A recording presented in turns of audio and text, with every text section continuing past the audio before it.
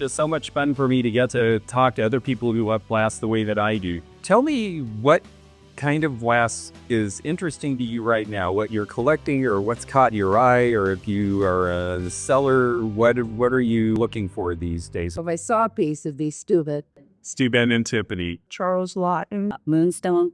I like the older Fenton, especially the pieces that have the dolphin handles. Tall green children's dishes. Uranium glass. I do some lamps. That's hard for me to beat glass that I don't like. No. Yeah, that's kind of where I am too, as you can see. A lot of what you said were not the things that when I talk to people who are just starting collecting are saying, oh, that's what I'm enthused about. And I think that's so interesting because it shows what a huge variety of glass there is and how many different things are interesting to people. There is a collector market for a whole lot of things that we have either convinced ourselves to ignore or that younger people are discovering again that we forgot, or that are up and coming that we never thought of. And we're going to talk a little bit about all of those things. So what have we forgotten that still sells? This is the pattern I collect, Manhattan. There are certain pieces in certain patterns of depression glass that absolutely are popular with collectors again. This piece sells as a martini glass now. It's a compote. It was made to put candy in, but I sell these to people using them as martini glasses all the time. It used to be I could sell these for about $25. Now they sell for about $45 a piece.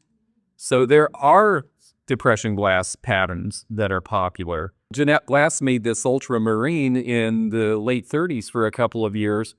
It's not a color that's very often produced in glass. It became popular again in the 1980s, this color, and I'm seeing it starting to be shown in home decorating magazines now.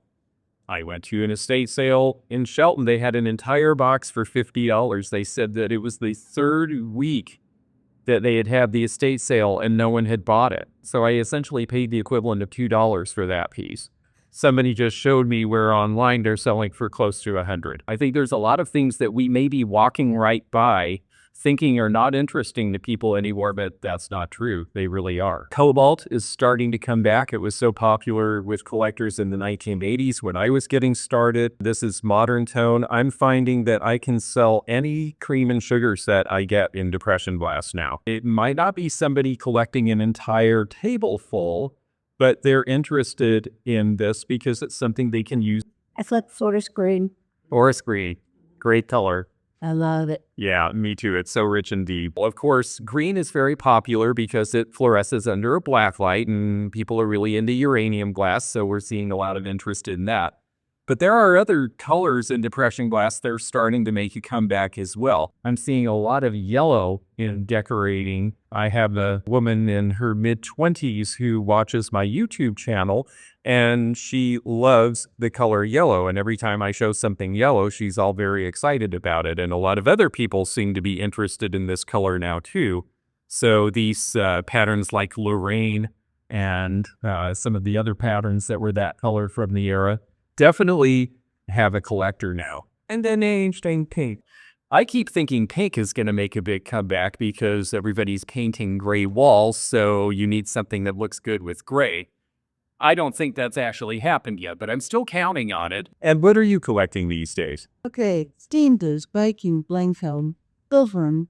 There's also the notion of companies that we haven't necessarily paid attention. Pilgrim Glass in West Virginia, their early stuff, there's even a picture of one of the Moretti brothers making pieces at the New York World's Fair in 1964.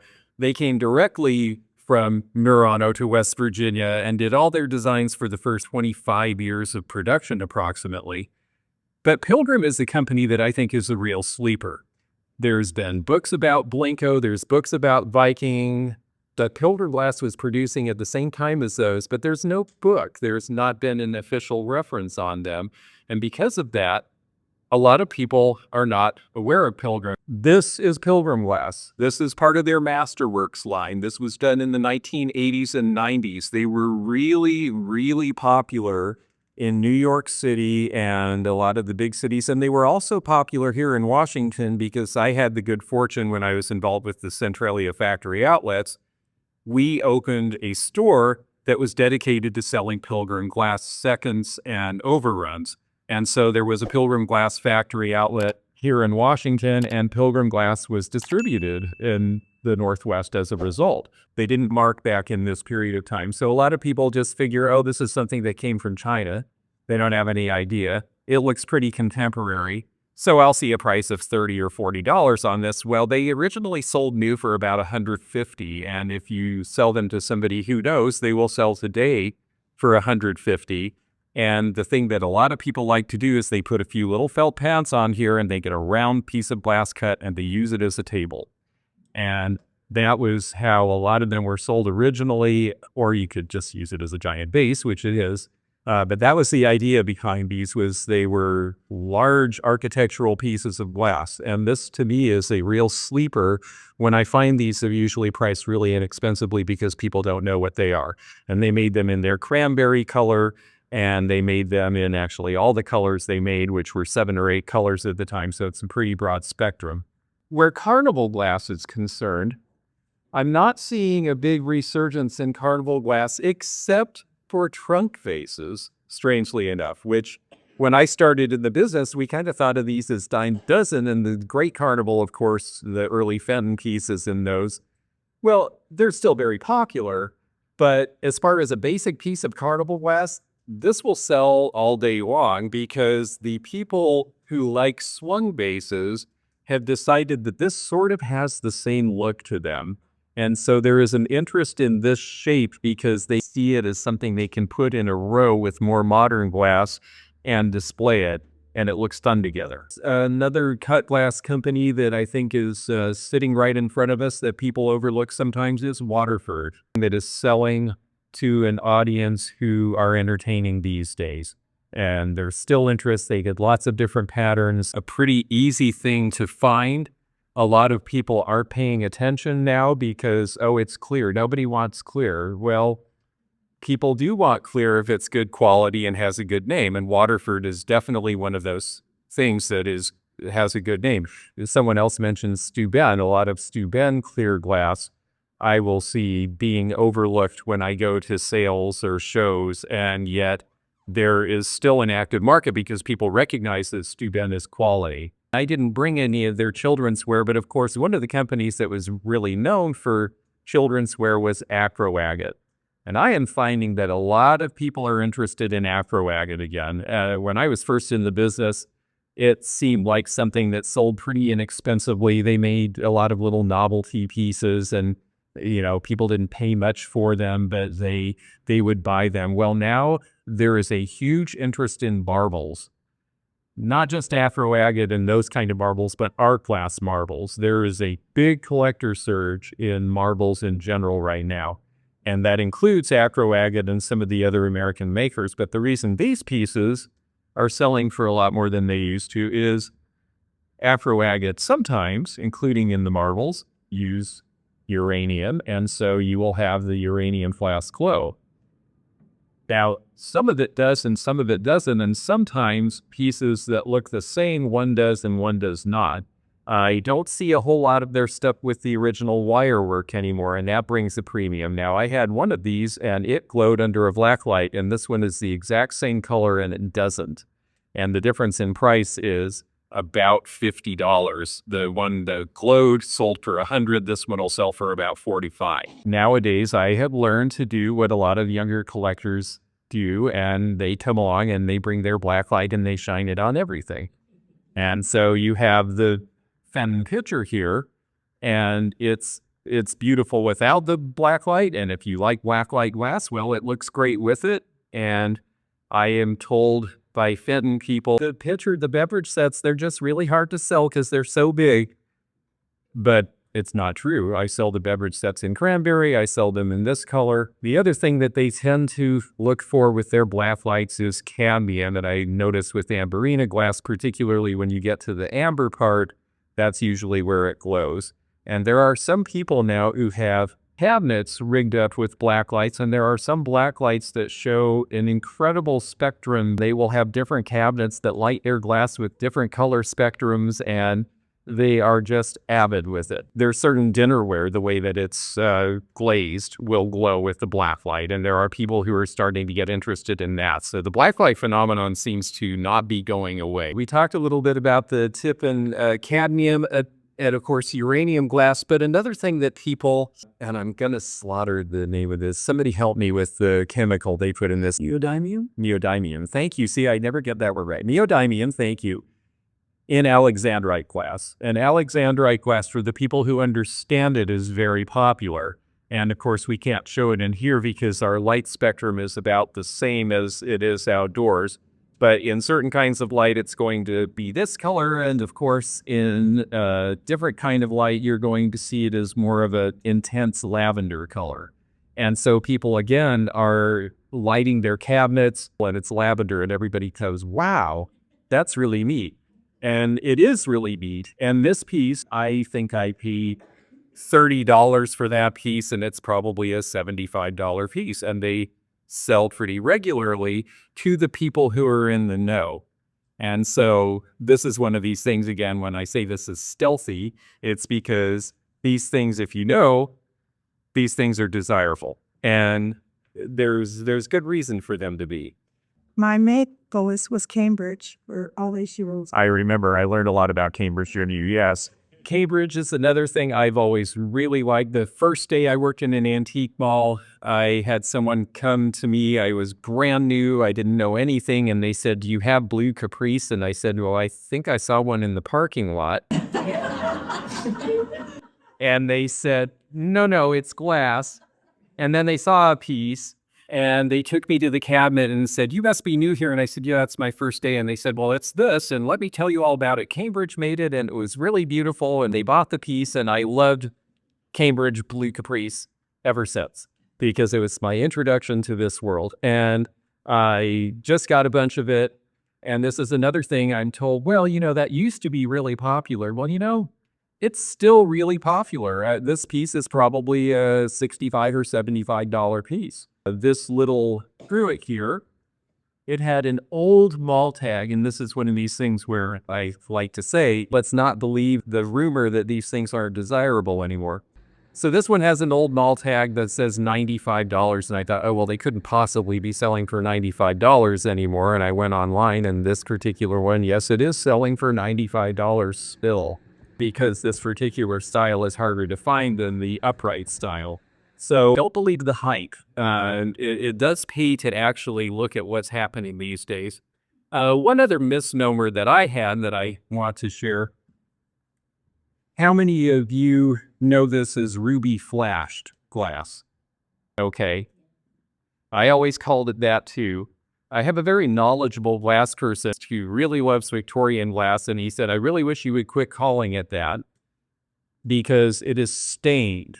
It is ruby stained. Ruby flashed, and I did not know this, is actually a very thin layer of red glass applied to the outside. So you will actually feel texture there. So if it's smooth like this one, it's stained, it's not flashed. So that was something that I thought I could share with you because that was another thing I'd been telling people wrong for 30 years.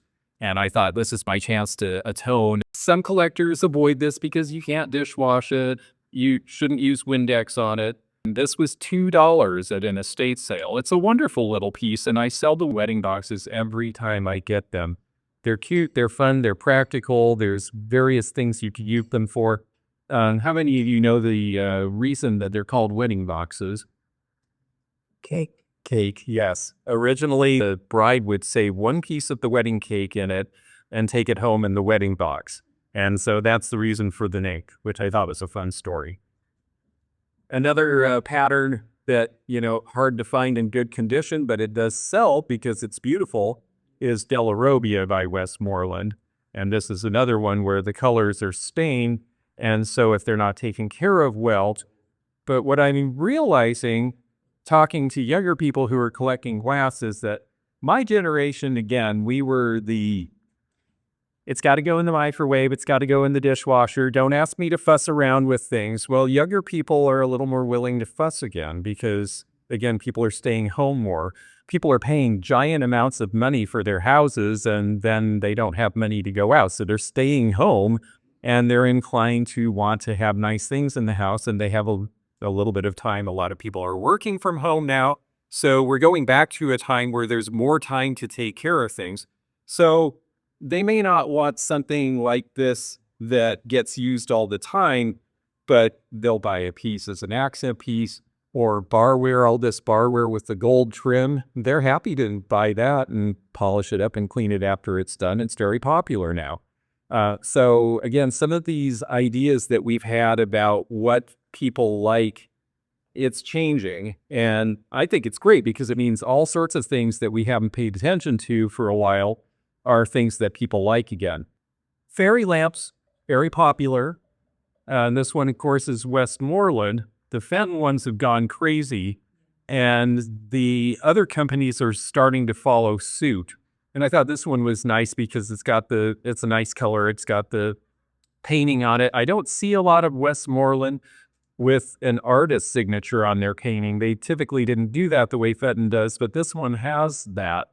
And so to me, this is something that I'm going to have to find somebody who's a Westmoreland person who knows a little bit and find out, do we have a list of Westmoreland artists, and could there be interest in that line of glass similar to the artists that we see from Fenton? Sometimes it's just about the shade. I'm putting away all my hearts for Valentine's because anything hearts will sell. Candlewick, it was so popular, then I heard, oh, you just can't get rid of Candlewick, but I can sell the hearts anytime because they're hearts. The Westmoreland piece, another example as well. I have perfume in my house. Check glass perfumes are something that were very expensive.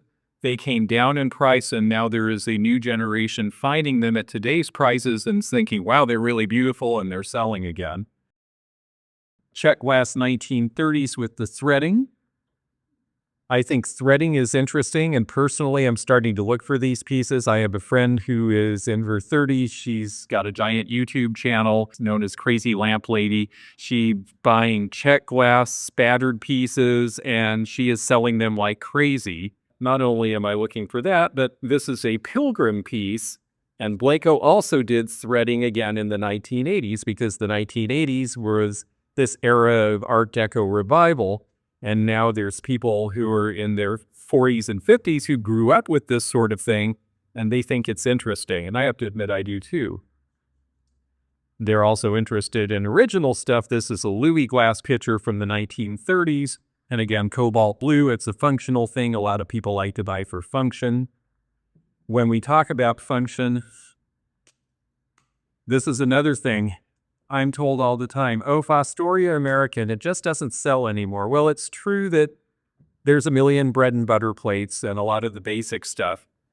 I can sell the cake stand every time I get one. They're beautiful. Cakes look great on it. The square one's great. This one's great. It's got the little rum well or water well if you don't drink rum to help keep the cake moist. And again, I go to sales and they just don't appreciate this anymore. I paid $8 for this at an estate sale, and online these sell for about $75, and they still sell, and they sell easily. And so, you know, I'm like, great, bring it on. This is another one of these things that, oh, that used to be really popular. Well, this is Cambridge, and of course, this is the Chromecraft, the base here made by Farber Brothers in New York, 1930s. I saw this set, and I thought, I really like Cambridge Chromecraft. I always have. It's Art Deco, it's fun, it's a cordial set. I'm going to go ahead and pick it up, even though I've been told they don't sell anymore. And then I looked it up. They are selling, and they are selling for the same price that they were back when they were really popular, which is about, well, somewhere in the $85 range. That moment was what gave me the idea to bring these things to share with you, because I realized that as a collector, I buy whatever I like. As a reseller, I was letting a lot of biases come into what I was looking at. Oh, well, I'll buy Fenton if it's painted. I'll buy this if it's this. I'll buy this if it's this. But, oh, I'm not looking at elegant depression glass anymore. And, oh, I don't buy Akro Agate. And I thought, wait a second, why? And I started looking into these things and realizing that I'm leaving out a whole lot of people who love glass by not looking beyond swung vases at fairy lamps and painted Fenton and the things that are hot with a new group of collectors that I talked to you about the last time. And I realized there's all these other really great things that people love too. And so do I. So now I'm just all over the place.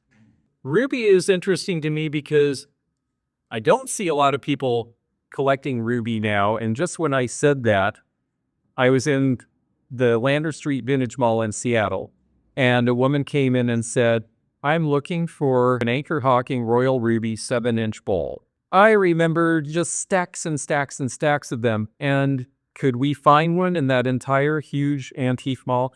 Not a one. A common piece of glass, and someone mentioned earlier, you used to see all these things all the time on eBay, and now you're not seeing them anymore. And I think this brings up an interesting point. eBay's been around for 30 years or more, and a lot of stuff that we thought was commonplace then has gone into collections. It's just not out there. And I thought, how could this very basic piece of glass be so hard to find for this person? And she said she'd been to 3 other stores and couldn't find a basic Royal Ruby red bowl. I don't know where it goes. I don't know if dealers gave up on it and put it all in storage and it's all sitting in a warehouse somewhere. I don't know if it's just that everybody collected it or it's their Christmas dishes and they just haven't put it out. But things that really, honestly, should be easy to get are not necessarily easy anymore. Certain colors are very popular, of course. Delphinium blue is something I can sell anytime I get it, and I think it's just beautiful. It's sort of the blue version of jadeite is the way I like to explain it. And I definitely find that there's collectors for these. And as far as the towel bar goes, it used to be I was very picky about these. If it didn't have the attachments to hold it on the wall, I wouldn't get them. I got this one thinking, gee, I haven't had one of those in a long time. I paid $10 for it, and I was going to price it at $25, like I always did back when I got them. And somebody said, you really ought to look that up. And they're selling for $50 to $60 now. Yes. Yeah, you have one in your bathroom. Exactly. And people who are restoring mid-century houses want them to use in their kitchens and baths. And so there's a big audience for those now. Fostoria Dune, yes, Which I cannot find every place I've ever been at. When they used to be available, I couldn't afford, and now that I can afford them, I can't find them. Exactly. We're going to talk about that. That is such an excellent point. When you were looking for them, when they were peak in the market, they were too expensive to buy. And now that they're affordable, where are they? Fostoria June is a wonderful pattern, and so many etched patterns. When I talk to people about elegant depression glass, I say you should really be looking for etched patterns. And they say, well, why is that? And I said, well, first of all, if you have something clear, like this Heisey orchid piece. Now, yes, this used to be a $75 item back when I was first in the business. They still sell. They sell for about $30 today online, plus shipping, so it's probably a $40 item in a store. The etch is beautiful. You fill this with something and then you really see the pattern, and it really comes out like if you're using a glass, for example, and you fill it with red wine, well, you see this beautiful pattern that comes out. So it's wonderful to use. It's great on a table. I got this in Mercer Island at an estate sale at half off day for $7 last month. Every dealer in town had been to that sale, and they all walked by it because the conventional wisdom is, oh, nobody wants those anymore. But the people who are paying $30 plus shipping beg to differ. There is a customer for these things. There are collectors for these things. And I think that a lot of people who are just starting to get into this are starting to appreciate this. I'm seeing young people who are starting to do pattern matching again. The companies who made this stopped making this in the early 1940s because it was too expensive to do this anymore. You just don't see this in the marketplace. So if you want something that's elegant and beautiful like this, you have to buy an old piece, and it's spent 80 years. And of course, a lot of what they were trying to emulate is cut glass. Now, this particular piece, I think, is 1920s. I'm starting to see people interested in cut glass. There's a young dealer in Florida who did a show next to me, and his entire booth was full of nothing but brilliant and slight post-brilliant cut glass. And it looked beautiful, and he did rather well. And I looked, and every time I looked over and he was selling something, the people buying this were all under the age of 40. This is a nice pattern called a Harvester. This is Peyton City, and I've always loved Peyton City because their colors were a little different than some of the other depression glass companies. They're a little, I don't know, brighter somehow.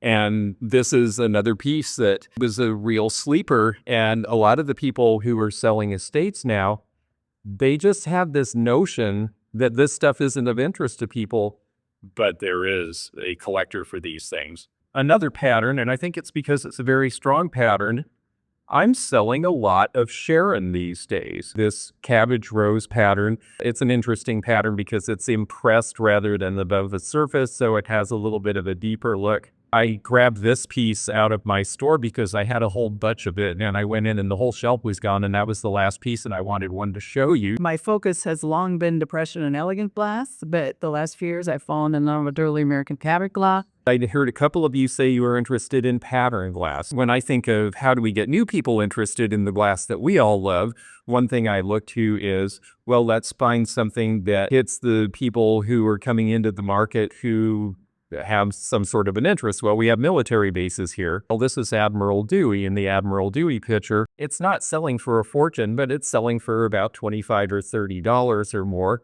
And it looks great when you fill it with lemonade. Pattern glass is fun because you have this really strong pattern.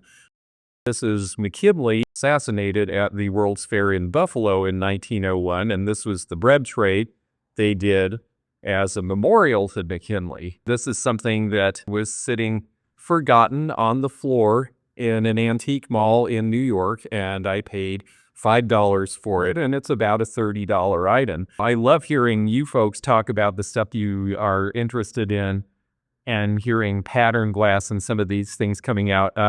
This little piece, which now belongs to a lovely lady in the front row here, Fishnet and Poppy. Consolidated glass. It looks similar to Cosmos. This is a very nice little syrup. And again, somebody doesn't have to necessarily collect an entire room full of early American press glass to appreciate this. And because it's functional, it will sell. Lots of people, especially nowadays, cook with so many sauces and things, so they actually will use these. And I'll make sure that we put this somewhere very safe now for you. I get asked all the time about milk glass, and milk glass to me is one of those things that, yeah, it really doesn't sell, except for the stuff that does. And what is the stuff that does? Well, Fenton milk glass is probably more desirable than Westmoreland or the other makers because it has a really very bright whitish to it. It doesn't have that sort of dull gray cast that the Anchor Hawking and some of the other ones do. This piece will sell because it has a bit of a modernist swung base aspect to it. And so this piece is a piece that will sell in milk glass. Violets in the Snow, definitely a popular pattern. People really are interested in Fenton artware with the painting right now. Louise Piper was their first decorator. She came to them and said, I like painting on glass, and I think that you should be selling things, and look what I did. And she presented them with piece that she painted, and they said, that's a great idea. Well, within the space of a few years, she was leading their artware department. They hired all sorts of decorators. I think she trained over 100 people who painted for Fenton over the years. Certain ones, like Dane Frederick, are now sought after, and of course, Louise Piper. This one actually does have a signature. I had looked under the shade. Trudy Burdine is the signature on this one. A lot of the Violets in the Snow, the early pieces, when they started doing this around 1970, are not signed anywhere. I don't think it occurred to them at first to have the artist sign the work. This one has a full signature, so that's going to make it a middle period. The later Fenton pieces have an initial and the last name only, and the reason for that is at some point, and I think it was in the 1980s or maybe the early 90s, Fenton changed the way they were paying the decorators. Instead of paying them by the hour, they started paying them by the piece. So the decorators stopped writing their full name out. They would just put their first initial because they wanted to get on to the next piece because they'd get paid more. So you could kind of date the side pieces by now. So there's the old story that Louise Piper made her violets smaller than the later pieces. They had the larger flowers. Yeah, I like those are small. Oh, that's interesting. It's just She also put ferns And she put ferns, yes. On some pieces, yeah. Yeah, that is true, actually. There are a few tells with her. But another thing I'm seeing a lot of interest in is anything, and sometimes they have the label, of course, and sometimes they don't, but anything that is marked Charlton or was painted by the Charlton Decorating Company. And they worked on a lot of different people's glass, but in particular, they worked with Westmoreland, Cambridge. And it's interesting because the work looks different on Cambridge because this Crown Tuscan color is a little more translucent. And then here's another Westmoreland piece. They worked on Fenton pieces as well. And I am finding that there is a big interest in anything Charlton decorated now. It's beautiful, and it's art on top of art. Cranberry glass is another thing that I feel is poised to make a comeback, and I'm seeing people starting to be interested in this. In fact, jewel tones, somebody mentioned that you collect forest green glass. I think jewel tones in general, again, with the way so many people have painted their houses white, and they had white on white and white, and now they're a little bored, and they're looking for something that looks good against white. Well, what looks good against white? Color. And this piece I want to show you because this is later Pilgrim glass. When we were involved with Pilgrim, we said, gee, you don't mark your stuff, no one's going to know what it is. And so starting in about 1991, they adopted this little mark, which I'll show you. It's a P in an arch. It's for Pilgrim glass. And so when you see a piece of Cranberry with this mark on it, this is going to be something they made in their last decade of production in the 1990s because they went out of business in 2001. But of course, Cranberry glass goes way back in time. We see a lot of wonderful Victorian pieces. I am finding that Victorian tumblers are a bargain right now. I can find Victorian glass tumblers for as little as $2 and $3 at sales and in thrift stores, and people don't know what they are. And yet there is an audience that does know what they are, and I'll price this at, maybe $20, and there will be a customer who will come along and say, gee, that was a really nice piece of Cranberry glass for $20 and under 25 years old. So the people who get it, get it. This is another thing. People seem to be fascinated with these pieces. And do all of you know what this is? A sugar shaker. Yeah, exactly. A muffineer, as they were called, for powdered sugar. And this one is Cranberry. This is kind of a very typical piece that I see. It's from about 1900. And this piece, it always sells when I get it. It always sells for about $45 or $50. And there are a group of people who collect muffineers, and there's also a lot of people who are new to glass collecting. And when they see this, they say, what in the world is that?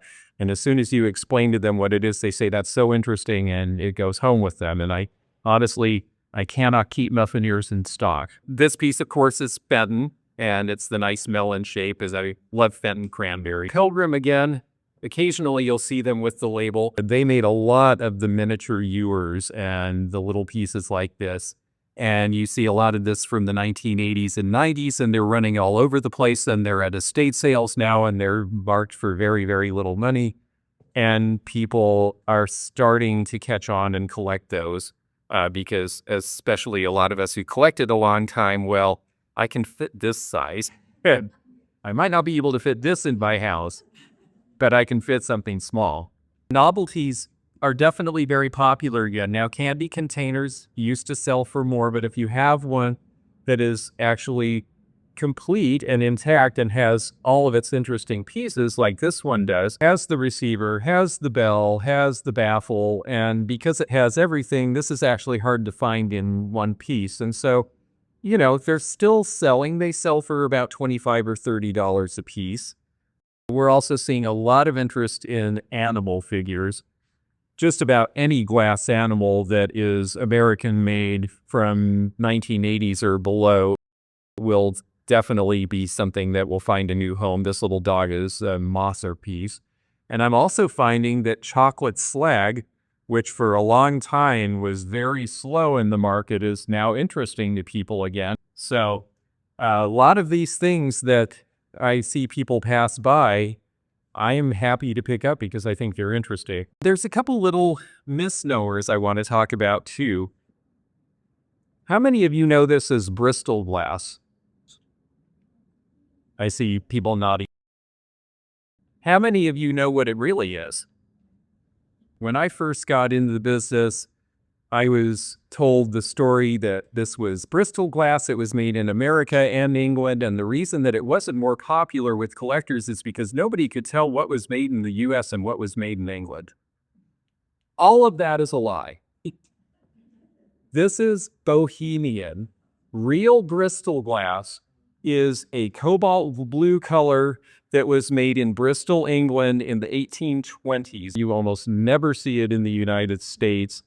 But at some point back when we were all babes in arms or maybe didn't even exist yet, unscrupulous antique dealers decided to start calling Victorian perfectly nice, beautifully made enamel Bohemian glass, which is what this is, and they started to call it Bristol glass because Bristol glass had a following and it sounded impressive.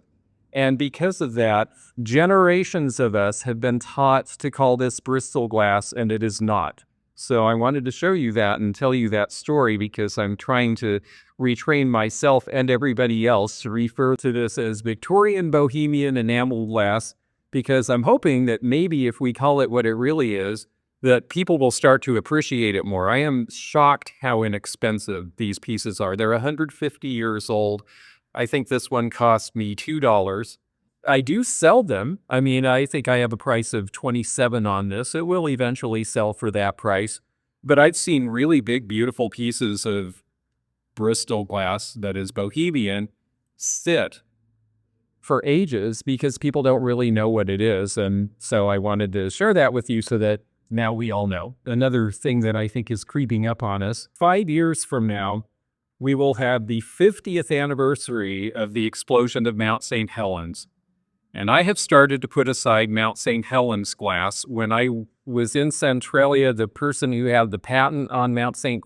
Helens glass had his studio there, and his stuff was marked the original Mount St. Helens glass. There is also Glass Eye Studio in Seattle. Well, at a certain point, the fellow in Centralia sued Glass Eye for stealing his patent, and they had to quit marking MSH on the bottom of their glass pieces. So I'm now looking for Glass Eye pieces that say MSH because that's Mount St. Helens, and there's a little story there. Just a little sneak preview.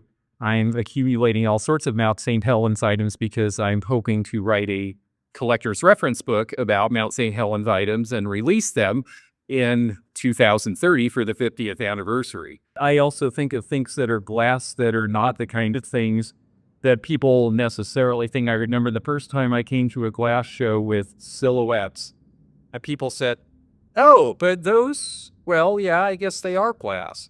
I brought rhinestone jewelry, and people were like, "But that's not," "Oh, but yeah, I guess it is."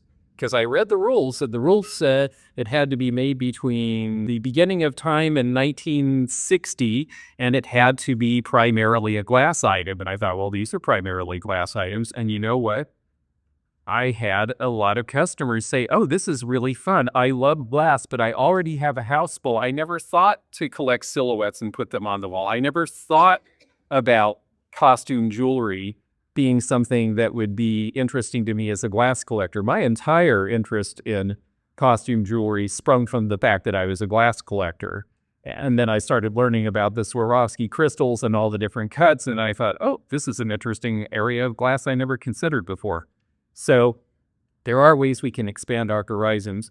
The last thing, this is Sydenstricker or Sydenstricker, depending on how you pronounce it. I've never asked that because I haven't been to the factory, which I understand is still producing.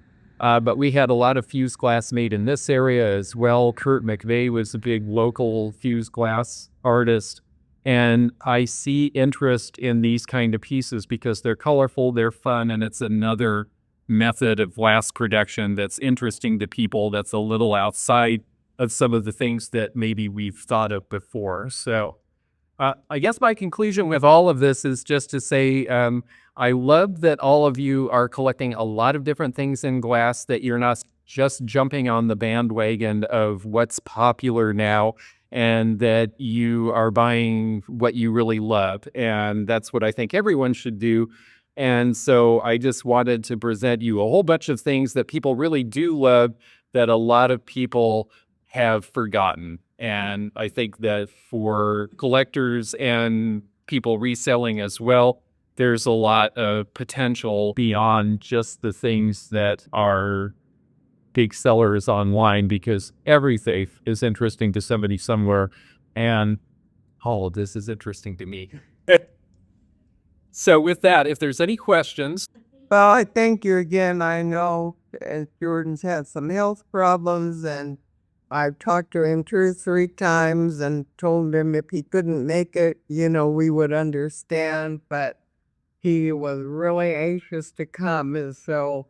Well, I'm just delighted to be here because it's the first time, the last presentation I was able to make was to you. So this is the first time I've gotten to do this in a year, and it just feels great to be back. And you had a question. Yes, actually, I'm like a sponge soaking up all your knowledge. I was wondering if you wanted to talk about the blue bass. Oh, yeah. You know what? I didn't talk about those. Let's talk about those for a minute. So this one is, I believe, Ellie Smith. And I brought it because baskets are something that currently are not something I'm having a lot of luck with. I think they're beautiful. I think the issue is that they have a handle, and that makes them big, and so people can only fit so many. So this is something put out at Easter time, because that is when baskets sell, because people will decorate for Easter with them. But I think it's something that people are overlooking, because you can use it the same way you use a fruit bowl, and then you can actually carry it around. Although, of course, you have to check the handles and make sure that they're good before you lift it by the handle. I was told a long time ago not to do that, and this one is good and sturdy, so I knew it was okay. Okay, well, thank you all very much. That was fun. If you enjoyed this video, check out this one. Also, click thumbs up to like this video, and check the description for information about our Patreon, our memberships. We've got a lot of different levels with different perks and bonus videos and early content. Also, please do check out our website, theantiquenomad.com, for appraisal help, and we'll see you again for more adventures in the antique and vintage community soon. Bye for now.